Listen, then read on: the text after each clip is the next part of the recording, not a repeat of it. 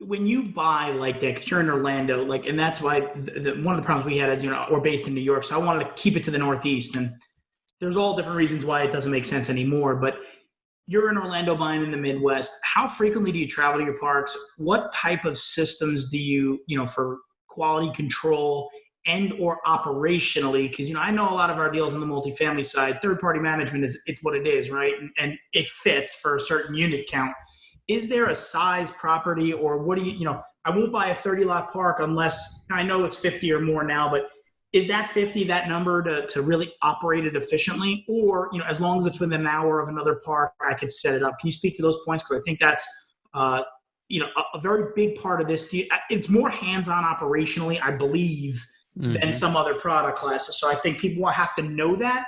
And speaking from someone that owns 1,000 lots, which in the mobile home world is a lot, how do you operate that really well?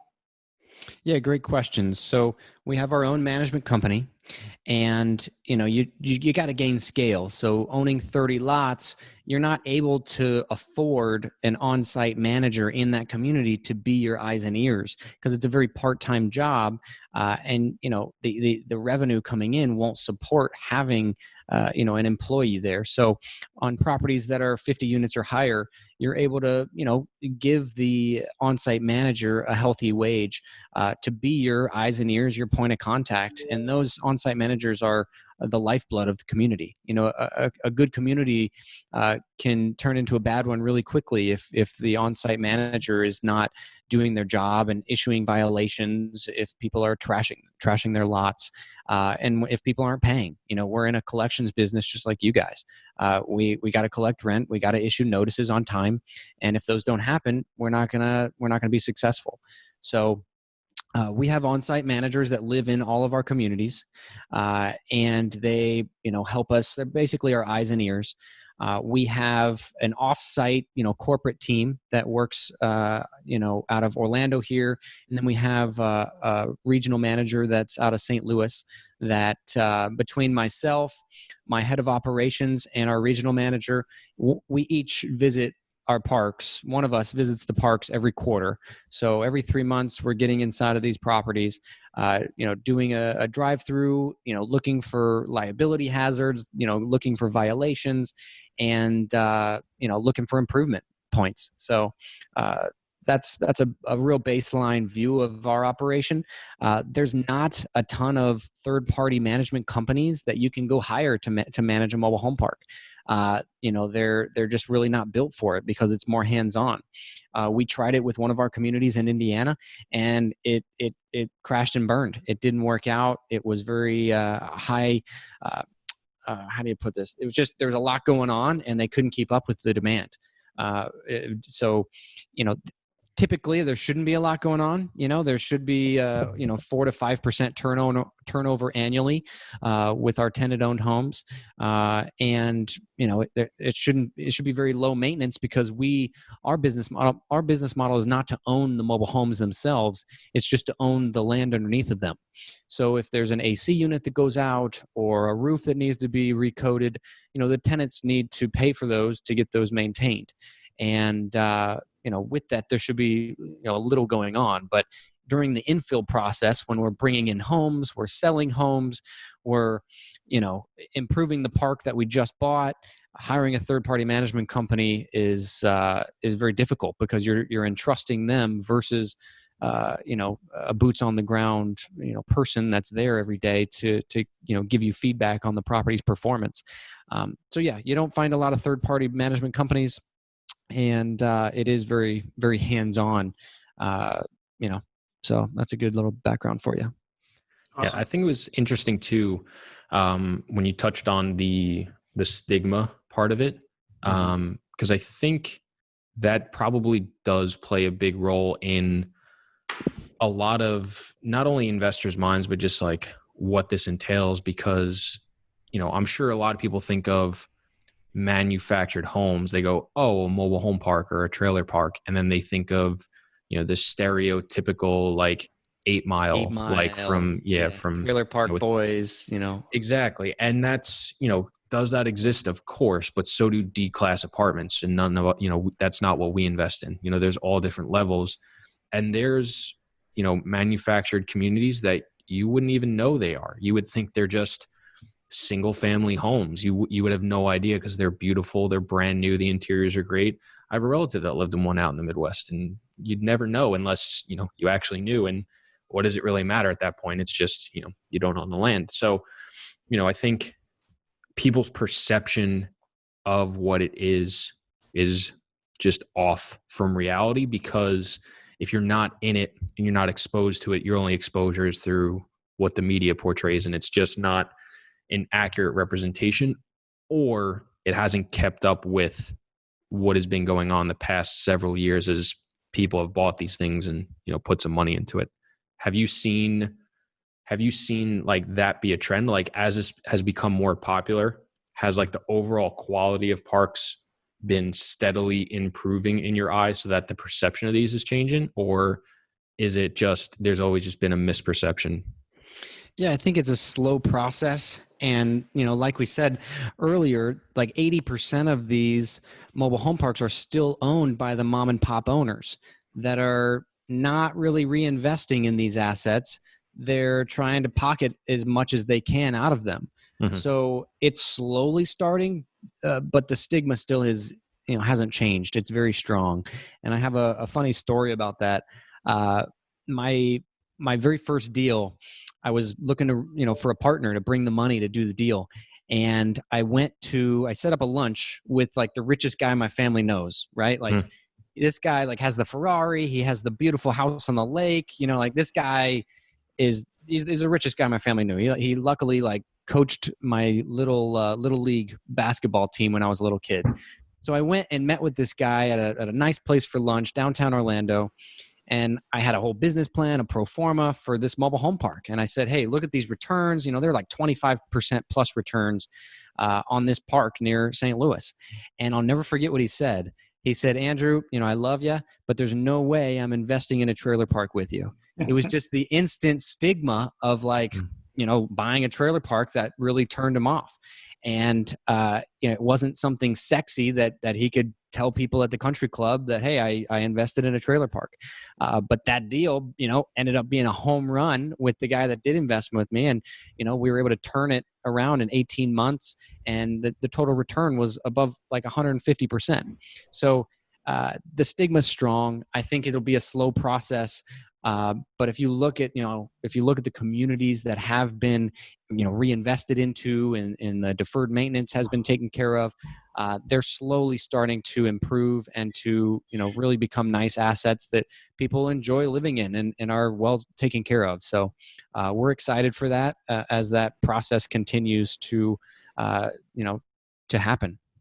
And to piggyback off of that, we're actually, after this, I actually have a call with the girl that works for us, spearheading the acquisition side. We're buying a deal, 88 lots, public utilities, 42 paying tenants, 22 tenants that have a delinquency over 5 years. They haven't paid rent in 5 years. So, oh my goodness, the guy wanted at first a price, and I said, okay, it works. Then we got the reports, and I'm like, dude, like it ain't gonna work. This property's rough. I mean, it's banged up. They've ran it into the ground, but. Then he said he'd only finance us. And I was like, okay, let's, but I said, you can't even own or finance this. There's nobody paying rent in this park. So we're now negotiating a lease to own option. The guy's only making like $14,000 a year in the park. So I said, I'll give you $14,000 a year for 2 years and let me turn the park around. And he's like, you do that for me? Like, you're going to basically just turn it around and then sell it to me? I was like, no, I'm not selling it to you. I'm going to turn it around. You're going to get your price you want because it's going to be worth significantly more. And he didn't even know. He had to call his lawyer while we were on the phone call to say, is this like a real thing? And the lawyer's like, yeah, no, this happens all the time. He was thrilled that we can do it. But the stigma, I mean, when we first drove through this thing, I was like, oh God, what am I doing here? Like this is, I don't want to say dangerous, but, and that was part of a tour in March of 2019. We toured 15, 16 parks, and the stigma, no one's helping the stigma, and it's the long-term ownership that they're just not reinvesting the capital because there's no need to. Like you said, there's no debt, there's no requirements, there's no one coming out to check on it. So the excitement from my side of stuff that you touched on, there's just the upside seems to be, you can see the light at the end of the tunnel by just going in with some capital. And that's the part that's intriguing, because I joke around all the time. The multifamily deals we own are extremely well run and extremely well renovated. I'll pat myself on the back, but these are not the properties that I'm driving my friends to, right? Like, I'm not, they joke around all the time. Like, a joke is like, oh, there was no rape or murder today. It was a good day, right? Like that's an aggressive statement, but the properties we own aren't the sexy Class A 5-story new construction or elevator buildings, right? Like, when we drive past our properties, if I'm an investor, I'm like, that's not it. Don't look at that one. That one's ugly, because they're not the bragging properties, and that's where the investors like that. And a guy like that, and I have a ton of investors as well. They're like, I'm not buying a mobile home park. It's just not, no shot, because they still feel 8 Mile-esque, or all these cops and all that stuff, and it's just not the case. Yeah.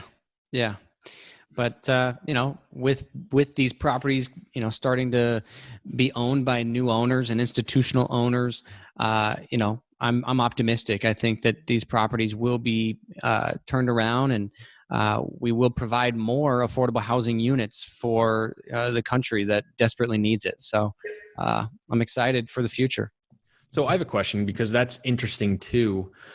We were talking earlier about, there's parks with 200 rents and you can push them to 400 or 300 or 150, whatever it may be, or even higher. Because there's dwindling supply and increasing demand for affordable housing, is there the fear that these things are just going to stop becoming affordable, similar to the way John just alluded to with a lot of the C-class apartments, where, because investors are trying to come in, cap rates are compressing, they have to work harder to squeeze value out of it. Like you were saying, we can buy a park, and we could push it 200, but we won't, because we'll focus on the occupancy and the water sewer. Well, does in 2 years, all of a sudden now somebody say, well, cap rates came down from, an 8 to a 5, or an 8 to a 6, or a 9 to a 7, or, as cap rates come down, am I now forced to, as the investor, to make this park work, squeeze every ounce out of it, and rents just keep going up until they're unaffordable? Is that a conversation people are having? Am I overthinking it? Is that something you guys are thinking about as well? Yeah, no, I think that's a great question. At the end of the day, Class C apartments are our competition, right? Mm-hmm. And we want to remain at 50% of whatever Class C apartments are charging. So if you guys are charging $900 a month, we don't want to go over $450, we don't want to go over $450 a month. So, that's the end of the day fact, is that we're still competing with, our tenants could go rent an apartment, but we're just so much cheaper than that option that it's a no-brainer for them to, not share walls with someone, and, have their own yard, and, be able to park right outside of their front door. Mm-hmm. There's some benefits to, manufactured housing versus apartments. So, I think you just have to look at both options, but, I don't think that they will get unaffordable anytime soon, because, there's always apartments. That's an option. And then I feel, even to that point, even if it's not 50%, right? Let's say a mobile home is a 3-bedroom more often than not, or a 2-bedroom, right? Like, if you have that 3-bed, 1-bath, or a bigger mobile home, it's probably going to be bigger than most apartment communities. So when you look at it, yes, it's nice to be 50% below. Same thing, we buy apartments, we want to see at least a 30% gap between Class A, if not more, because then you're like, well, they're definitely not going to go into a Class A building. It's less space, whatever. But the other side is, I don't have to share a wall. I can park in front of my house. I have a yard. And that gap, I think it'll always be there, right? I can't take inflation out, take all that stuff out, but I can't see a mobile home park getting to where it is in the market being equal to a Class C rent. And even if it is equal, you could probably make an argument that, living in a mobile home park, it's different, right? Someone that's going to live in an apartment is going to live in an apartment. Someone that's going to live in a mobile home park or a manufactured community, it's different. But I think when you look at the average home prices in an area and what they rent for, and then an average apartment complex, there should be a good buffer amongst all of them that can steer people even in that value add, even as more people come in, even as more money gets invested. I still think you'll have that gap, at least in my opinion. That's my take on it too, because it's a question I don't think I've heard anyone ask. Is it good? With all these people coming in and raising rents, when does it stop? But I think there's still going to be, even with all of that happening, you still got a good cushion before you approach that next product class. And the amount of money that you'd have to put in to get to that next class, what's being done in the mobile home world that I've seen is people are buying them, knocking them down, building multifamily, or changing it completely because they say, wait a second, I could buy a piece of unentitled land for 20 a door. I could build 200 units. I could buy this park for a covered 4 cap. I'll make 4% for 5 years while I go through planning, zoning, and development, wait for the market to shift. I've made a couple dollars. Now I'll go build it. And it's a whole different competition in the future. So I think that will always be the buffer between someone coming in and just blowing out the space, because it probably wouldn't make sense, in my opinion. Yeah, that's a really good point. So I agree with you on that. There's always higher and better use at some point. And I know there's people in the mobile home, they want to be 30 miles from a major MSA, a Raleigh, a Durham, and 30 miles from a major MSA. The play there, those deals are going to sell at 4 caps and 5 caps and 6 caps. Lucky if you get a 6 cap, because those people are selling those deals as future developments. It's you're 30 minutes from Raleigh. It's a ridiculously growing market. So, that's some of the other benefits to like the Midwest, right? You're not going to have that exponential growth to compete with the deep-pocketed investor that says, I'll take 4% for 3 years before I put a shovel in the ground. So I think that's another layer there, which is, maybe you have to go 45 minutes outside. Maybe instead of a 1 million person MSA, you do a 200,000 person MSA. So those components will probably steer some of that capital. Yeah. So quick question, because I think it sounded like you mentioned something interesting. That quote unquote 50% below Class C rents, is that like a good quote unquote rule of thumb that people should keep in mind as they start digging into this stuff, or is that not really applicable like across the board? No, yeah, that's a actual measure that we look at when we're in due diligence, looking at the demographic data and what lot rent comps are and apartment comps are. So that's a good measure.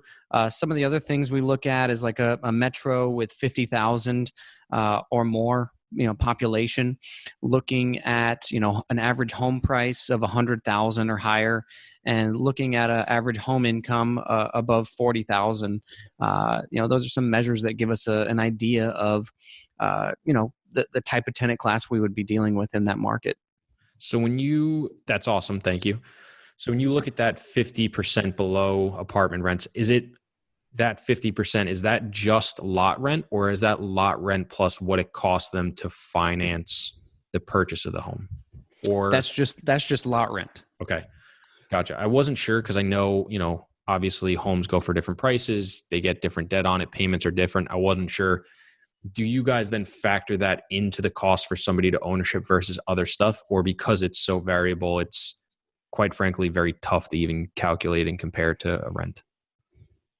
Yeah. I mean, we don't really calculate that in, but that's like the top of the market for lot rent is 50% of Right. your Class C apartments. So, we're not buying them at that lot rent. They're a lot lower right now, but there's room to grow, with consistent, annual increases.